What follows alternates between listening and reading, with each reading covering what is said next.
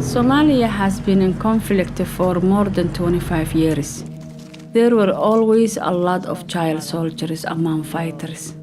Once I spoke to father of child soldier, the Al-Shabaab man was saying, we can give it back to your son, but you have to pay $30 every month.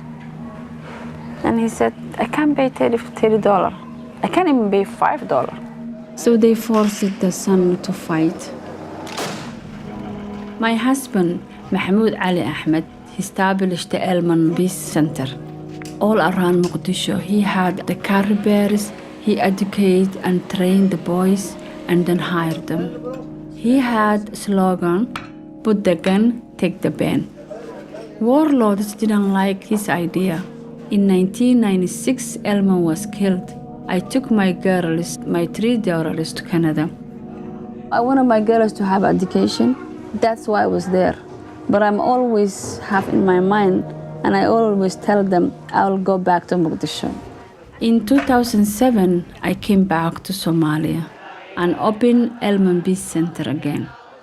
And then my daughters came one by one. Ilwad now is working with me. When she came, I was happy because she was helping me, but at the same time, I can feel the risk.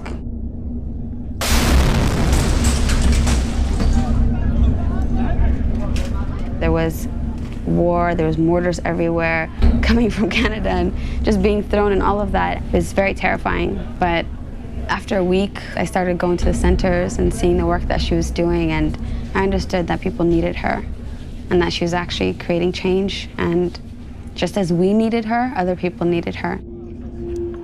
They learn plumbing, vehicle repair, mobile repair, and other practical skills. Most of them were taken from Al-Shabaab. When you hear Al-Shabaab, you expect the worst. But when you stay with them and see how they are playing and learning, they are just children. They need a chance for a new life. nimankii tashkiiliyay al-shabaab tashkiiliyay rag meesha magaalada joogay markay tashkiiliyeen waan raacay ninkii soo bax jihaadka soo gal waan raacay.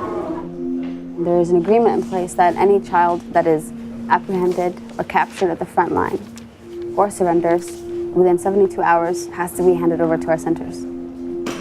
We want to give them an alternative that is peaceful, and less fighters means less fighting. 3 cases of rape that happened in this IDP camp just today. There are a lot of internally displaced people's camps in and around Mogadishu. Living conditions are awful. People don't have money, food, there's no safety. Armed men come to the camps at night to rob and rape women. But because of fear and stigma, victims of sexual violence don't speak about it. We were able to generate a discussion that never before existed on the extent of sexual violence in Somalia. We were threatened, some of our staff were jailed, but we have made it so that there are now policy changes protecting the rights of women. We opened the Women's Development Center, where survivors of sexual and gender-based violence are rebuilding their lives. This is through skills development, through literacy and other forms of education, through providing safe houses, shelters, through the clinical management of rape and giving them actual access to health services. In case you're a victim of rape and your family or clan disowns you, you can empower yourself with confidence so that you don't need to rely on anyone.